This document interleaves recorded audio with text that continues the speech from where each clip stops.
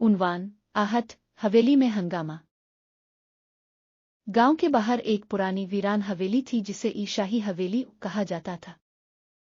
यह हवेली एक सदी पुरानी थी और लोगों के दरमियान कई खौफनाक कहानियां मशहूर थीं। गांव वाले कहते थे कि रात को हवेली में अजीब और गरीब आवाजें आती हैं। कभी हंसी की, कभी चीख की और कभी ऐसा लगता था जैसे कोई वहां दौड़ रहा हो। किसी ने कभी ये जानने की हिम्मत नहीं की कि असल में वहां क्या हो रहा है। कई साल गुजर गए लेकिन हवेली की पुरअसरारियत बढ़ती गई। इसी गांव में एक नौजवान था अरसलान, जिसे पुरअसरार जगहों की खोज लगाने का शौक था।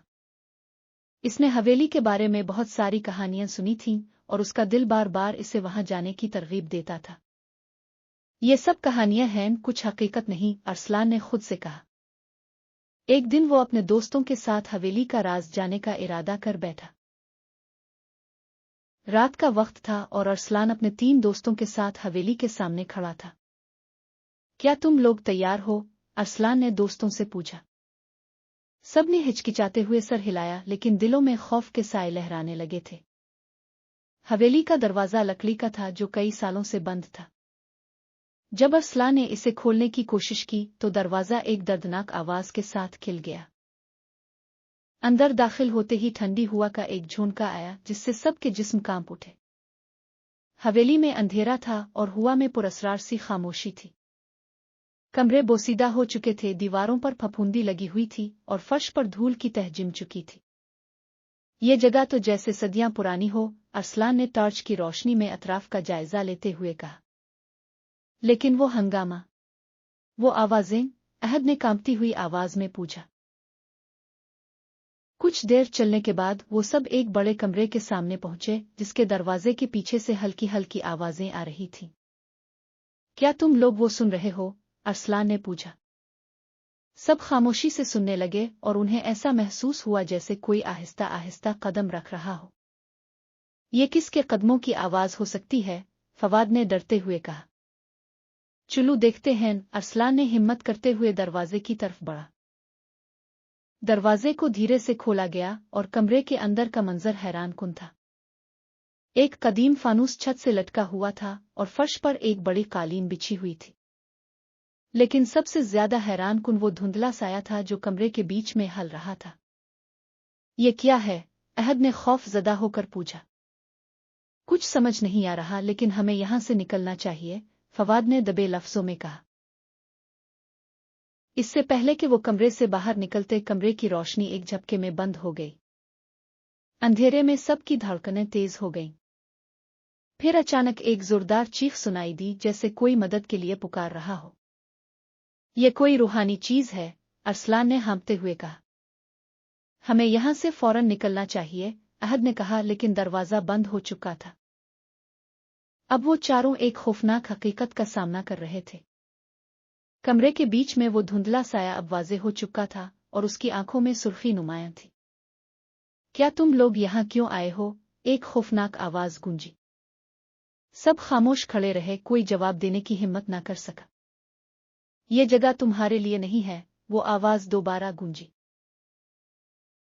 अरसलान ने हिम्मत करके पूछा, तुम कौन हो और ये सब क्या है? मैं इस हवेली का मालिक हूं।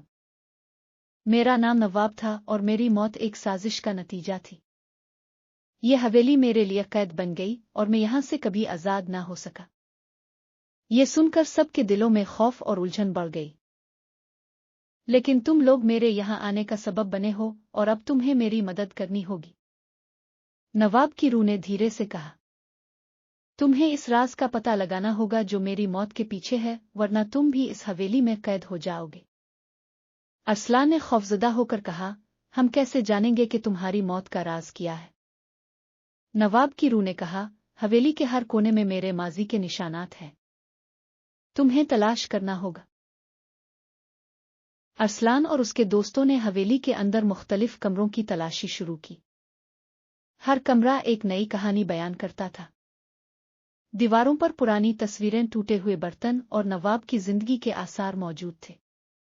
लेकिन हर कमरे में एक अजीब सी सर्दी और खामोशी थी, जैसे कोई उनकी हरकत देख रहा हो।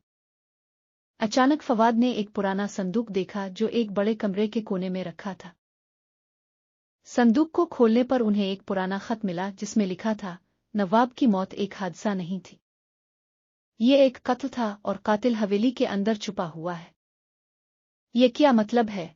अरसलान ने हैरानी से खत को पढ़ते हुए कहा। यहाँ कोई कातिल हो सकता है, अहद ने खौफजदा होकर कहा। हमें इसका पता लगाना होगा वरना हम भी यहाँ से कभी ना जा सकेंगे, अरसलान ने कहा। खत के बाद उन्हें एक बंद कमरा मिला जिसका दरवाजा पुराने ताले से मुकफ्फल था। ये वो जगह हो सकती है जहां सच छुपा है, फवाद ने कहा। अरसलान ने दरवाजे को खोलने की कोशिश की लेकिन वो बहुत सख्त था। कुछ देर की मेहनत के बाद दरवाजा एक जोरदार आवाज के साथ खिल गया और अंदर का मंजर दिल दहला देने वाला था। कमरे के बीच में एक पुराना खंजर पड़ा था जिस पर खून के धब्बे नुमायां थे। ये नवाब का खंजर है, अरसलान ने कहा, और ये वही हथियार है जिससे नवाब का कत्ल हुआ। लेकिन कातिल कौन था? अहद ने हैरानी से पूछा। अचानक कमरे की दीवारों पर खून के निशानात नमूदार होने लगे और एक नाम सामने आया, अब्दुल्ला। अब्दुल्ला नवाब का खास आदमी था, अरसलान ने चीख कर कहा। इसने नवाब को धोखा दिया और उसकी दौलत के लालच में कत्ल किया। ये सुनते ही हवेली की फिजा में एक जोरदार चीख गूंजी और नवाब की रूह नमूदार हुई। नवाब की रूह ने कहा, तुमने सच को बेनकाब किया। अब मैं आजाद हूं, लेकिन अब्दुल्ला की रूह अब भी यहां भटक रही है। ये सुनते ही हवेली में हर चीज हिलने लगी और अब्दुल्ला की खौफनाक रूह कमरे में नमूदार हो गई। सब ने खौफ से बाहर की तरफ भागना शुरू किया लेकिन दरवाजे बंद हो चुके थे। अचानक अब्दुल्ला की रूह ने चीख मारी और पूरा कमरा लरजने लगा। यहां से निकल जीम अलिफा, वरना तुम सब यहां कैद हो जाओगे, नवाब की आवाज गूंजी। अरसलान और उसके दोस्तों ने एक दूसरे का हाथ पकड़ा और पूरी ताकत से दरवाजा खोला। वो भागते हुए हवेली से बाहर निकले और जैसे ही वो बाहर पहुंचे हवेली की तमाम रोशनियां बुझ गईं। इस रात के बाद कोई भी इस हवेली के करीब न गया। अरसलान और उसके दोस्तों ने ये सबक सीखा कि कभी भी गैर मरी ताकतों के साथ खेलना नहीं चाहिए। हवेली अब भी वीरान है और गांव वाले आज भी उसके करीब जाने से डरते हैं। इस कहानी का सबक यह है कि लालच इंसान को बर्बाद कर सकता है और बाज राज ऐसे होते हैं जिन्हें खोलना खतरनाक हो सकता है। हमें हमेशा अपने अंदरूनी खौफ का सामना करना चाहिए, लेकिन एहतियात और दानिशमंदी के साथ। जो लोग दूसरों के साथ धोखा करते हैं उनका अंजाम कभी अच्छा नहीं होता।